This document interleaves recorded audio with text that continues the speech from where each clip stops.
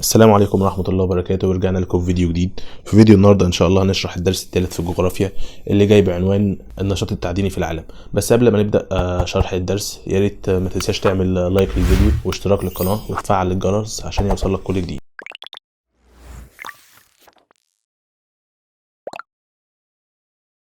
في درس النهارده في النشاط التعديني في العالم، اكيد طبعا المعادن ومصادر الطاقة منتشرة في معظم دول العالم، سواء دول العالم النامية او دول العالم المتقدمة، ولكن هنلاقي ان دول العالم المتقدمة هي اللي بتسيطر على عمليات التعدين، وكمان بتسيطر على مصادر الطاقة اللي موجودة في العالم. طب عايزين نعرف بقى يعني ايه نشاط تعديني. قالك النشاط التعديني هو عملية استخراج ايه المعادن ومصادر الطاقة من فحم وبترول وغاز طبيعي من باطن القشرة الأرضية. يعني ايه النشاط التعديني؟ يعني بيخرجوا ايه المعادن ومصادر الطاقة اللي زي الفحم والبترول والغاز الطبيعي من باطن القشرة الأرضية من تحت الأرض أو بالقرب من السطح، وهتلاقي في عمليات بتسبق التعدين.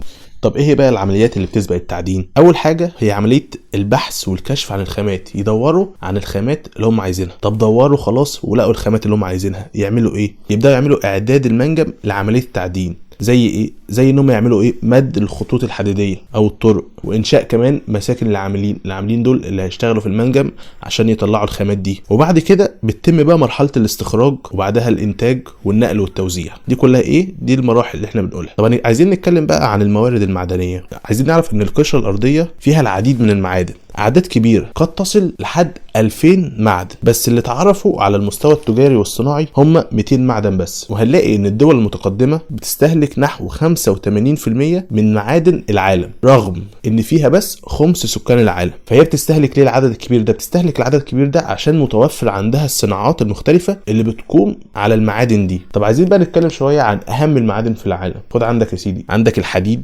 النحاس، البوكسايت، المنجنيز، الفوسفات، الذهب، اليورانيوم. في درس بقى النهارده هنتكلم بالتفصيل عن الحديد والنحاس والبوكسايت. ونبدا بالحديد. الحديد الانسان عرفه وعرف استخدامه منذ آلاف السنين، من زمان قوي، والحديد ده بيعتبر من اهم المعادن المستخدمه في العديد من الصناعات. طب زي ايه يا مستر؟ اقول لك زي صناعه الحديد والصلب. طب نتكلم بقى عن اهم الدول المنتجه. منجم معدن الحديد موجود بالتالي في جميع قارات العالم، ولكن الدوله رقم واحد في انتاج الحديد هي الصين. يجي بعدها رقم 2 استراليا. يبقى اولى الدول انتاجا للحديد الصين، رقم 2 استراليا. وهنلاقي ان 30% من الانتاج العالمي للحديد بيخش في التجاره الدوليه. طب ليه بيخش في التجاره الدوليه؟ لان عندنا دول ناميه ما عندهاش المصانع اللي هتقدر تستفيد بخام الحديد ده، فبتعمل ايه؟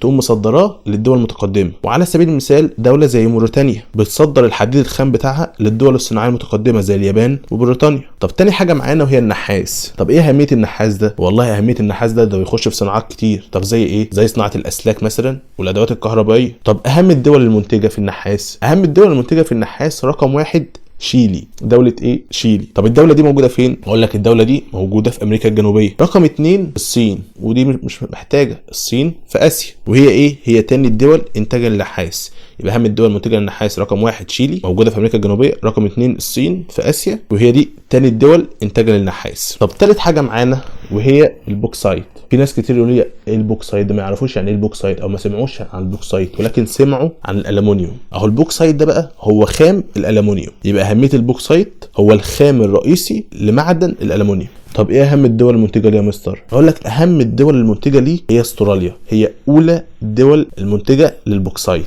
طب واحنا بنحول البوكسايت للالومنيوم يا مستر؟ ايوه، ولازم يكون عندك مقاومات معينه عشان تقدر تحول البوكسايت للالومنيوم. تحويل البوكسايت للالومنيوم بيتطلب توافر مقاومات تتمثل في ايه؟ قال لك تتمثل رقم 1 يكون عندك طاقه كهربائيه، رقم 2 يكون عندك خبره علميه وفنيه متطوره انها تقدر تحول البوكسايت ده للالومنيوم، رقم 3 يكون عندك اسواق محليه وخارجيه تقدر تستوعب الانتاج اللي انت هتعمله ده وتبيعه. وطبعا المقاومات دي مش موجوده في الدول الناميه، فتقوم الدول الناميه عامله ايه؟ تقوم الدول الناميه مصدره البوكسايت للدول المتقدمه، فالدول المتقدمه تصنع ايه؟ بالظبط كده، تصنع الالومنيوم. طب اهم الدول بقى المصنعه للالومنيوم، اوعى تتلخبط، اهم الدول المنتجه للبوكسايت هي استراليا. انما دلوقتي هنتكلم عن اهم الدول المصنعه للالومنيوم.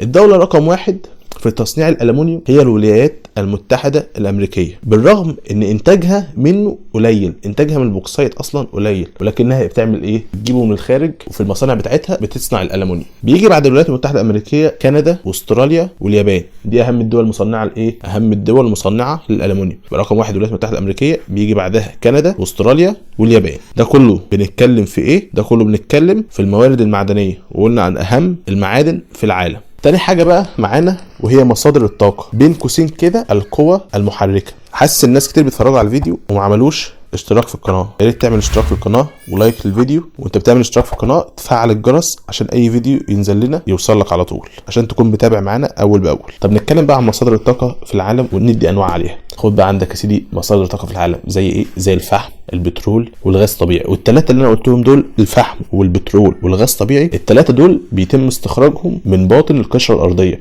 يعني طاقه ايه؟ طاقه حفريه. وبالباقي عندك الطاقه النوويه، طاقه الرياح، طاقه الامواج وحركه المد والجزر، الطاقه الشمسيه. وكل واحده من دول هنعرفها بالتفصيل. ونبدا باول واحد معانا وهو الفحم. لو محدش عارف الفحم ده كان بيبقى عباره عن ايه؟ الفحم ده هو عباره عن بقايا اشجار او شجيرات نشفت وانطمرت، يعني نزلت تحت الارض منذ ملايين السنين، من مده كبيره قوي، ونزلت تحت التكوينات الصخريه دي، ونتيجه الحراره والضغط اتحولت بعد كده لماده كربونيه سوداء واللي هي الفحم الحجري. طب نتكلم بقى على اهميه الفحم، اللي هو ايه؟ استخدامات الفحم. ايه استخدامات الفحم؟ والله الفحم ده بيستخدم في توليد الكهرباء، ده كمان مصدر رئيسي في الصناعه بالدول الصناعيه الكبرى. بيقول لك ان الفحم ده هو كان اساس الثوره الصناعيه في اوروبا اللي كانت في اواخر القرن ال18، وهو المصدر الاول والرئيسي في الطاقه المستخدمه في العالم لحد اوائل القرن ال20. ده كله بنتكلم على ايه؟ ده كله بنتكلم على الفحم واهميه الفحم واستخدامات الفحم. طب اهم القارات بقى والدول المنتجه، والله الفحم موجود في جميع قارات العالم، ومن اهمها قاره اسيا. وهنلاقي ان قاره اسيا واوروبا الاثنين بينتجوا 3/4 الانتاج العالمي من الفحم. يبقى قاره اسيا واوروبا بينتجوا 3/4 الانتاج العالمي من الفحم. طب نتكلم الاول عن قاره اسيا، واللي اهم دولها هي الصين، والصين اولى دول العالم انتاجا للفحم. من اهم الدول برضه في قاره اسيا الهند، والهند هي ثالث دول العالم انتاجا للفحم. وطبعا لسه قايلين اسيا واوروبا بينتجوا 3/4 الانتاج العالمي. طب الفحم موجود في امريكا الشماليه؟ موجود في امريكا الشماليه، وموجود في الولايات المتحده الامريكيه. ده الولايات المتحده الامريكيه هي ثاني دول العالم انتاجا للفحم. يبقى عايزين نرتب دول العالم كده انتاجا للفحم. اولى دول العالم انتاجا للفحم الصين، بيجي بعدها رقم 2 الولايات المتحده الامريكيه، رقم 3 الهند. وما تنساش اسيا واوروبا بينتجوا 3/4 الانتاج العالمي من الفحم. ده كله بنتكلم في ايه؟ ده كله بنتكلم في الفحم. طب نتنقل بعد كده للبترول. ايه اهميه البترول؟ والله البترول ده من اهم مصادر الطاقه في العالم. طب ليه يا سيدي من اهم مصادر الطاقه؟ لان البترول ده مرتبط بالتنميه الاقتصاديه والتنميه الاجتماعيه وبالعلاقات السياسيه، فنلاقيه هو والغاز بيشكلوا حوالي 55% من الطاقه المستخدمه في العالم. طب اهم الدول المنتجه، اهم الدول المنتجه البترول رقم 1 السعوديه، بيجي بعدها رقم 2 روسيا، رقم 3 الولايات المتحده الامريكيه. يبقى اهم الدول المنتجه للبترول رقم 1 السعوديه، 2 روسيا، 3 الولايات المتحده الامريكيه. ولكن مع الوقت بنلاقي الاقبال على البترول بيزيد، فمع الاقبال على البترول ده بيزيد معاه سعره، فنلاقي ايه؟ فنلاقي ان سعر البترول دايما في زياده مستمره. ثالث حاجه معانا هي الغاز الطبيعي. طب ايه بقى يا سيدي اهميه الغاز الطبيعي؟ اهميه الغاز الطبيعي هنعرف ان الغاز الطبيعي بيمثل دلوقتي 25% من مصادر الوقود في العالم. ده كمان الغاز الطبيعي ده بنقول عليه ايه؟ اللي هو مصادر الطاقه الرخيصه اللي على قد الايد، اللي هي مصادر الطاقه سهله النقل، وكمان ما بتلوثش البيئه قد كده. فنلاقي ايه؟ فنلاقي ان العالم كله متوسع في استخدام الغاز ده كبديل لمصادر طاقه تانية. فنلاقي ان العالم كله بيستخدم الغاز ده ايه؟ بيستخدم الغاز ده في الصناعه على نطاقات واسعه، وكمان بيستخدموه في المنازل، وبيستخدموه في توليد الكهرباء، وكمان بيستخدموه في وقود للسيارات. بنلاقي دلوقتي سيارات طالعه سيارات غاز بدلا من بنزين عشان يحدوا من تلوث البيئه شويه، يقللوا من تلوث البيئه شويه. ده كله بنتكلم على ايه؟ بنتكلم على اهميه الغاز الطبيعي. باهميه الغاز الطبيعي، الغاز الطبيعي بيمثل حوالي 25% من مصادر الوقود في العالم. ده الغاز الطبيعي كمان من مصادر الطاقه الرخيصه، وده كمان سهل النقل وما بيلوثش البيئه. عشان كده بنلاقي العالم كله بيتوسع في استخدامه كبديل لمصادر طاقه تانية. بيستخدموه في ايه؟ ده بيستخدموه في الصناعه،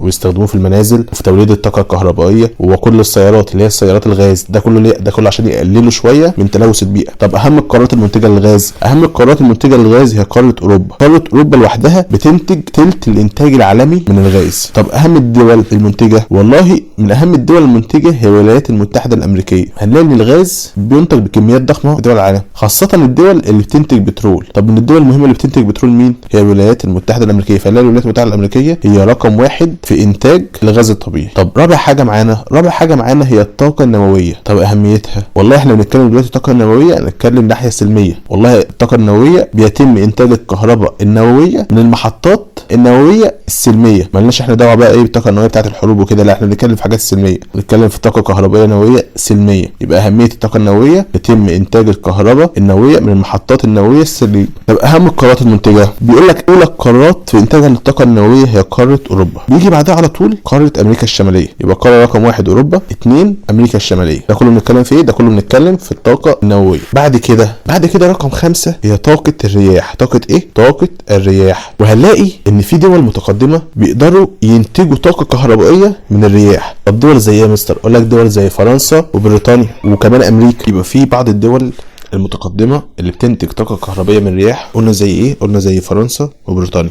ده احنا كمان عندنا دول عربيه بتنتج طاقة كهربائية من الرياح. طب زي ايه مستر؟ زي مصر والمغرب وتونس والأردن وسوريا. دول كلهم ايه؟ دول دول عربية بتنتج طاقة كهربائية من الرياح. ده كله بنتكلم على ايه؟ ده كله بنتكلم عن طاقة الرياح. سادس حاجة معانا وهي طاقة الأمواج وحركة المد والجزر. تقول لي احنا بنستخدمها دي في حاجة؟ اقول لك ايوه، ده احنا بنستخدمها ان احنا ننتج طاقة كهربائية، بس ده بيكون في دول متقدمة بس. زي ايه؟ زي بريطانيا وفرنسا واليابان. قدروا يستفيدوا من حركة الأمواج وحركة المد والجزر ان هم يعملوا طاقة كهربائيه، اللي هم مين؟ دول متقدمه زي بريطانيا وفرنسا واليابان. سابع حاجه معانا واخر حاجه معانا وهي الطاقه الشمسيه. وهنلاقي ان الدول اتجهت لاستخدام الطاقه الشمسيه كمصدر جديد، ودي بنسميها ايه؟ طاقه نظيفه. طاقه نظيفه يعني ايه؟ طاقه ما بتسببش تلوث. وعلى سبيل المثال دوله زي مصر اللي بدات تحط محطات لتوليد الكهرباء للاستخدامات المنزليه. بس عندنا الكهرباء في نوعين، في كهرباء بيتم انتاجها من الفحم والبترول والغاز الطبيعي، ودي بنسميها الكهرباء الحراريه. وفي كهرباء تانية بيتم انتاجها من الامواج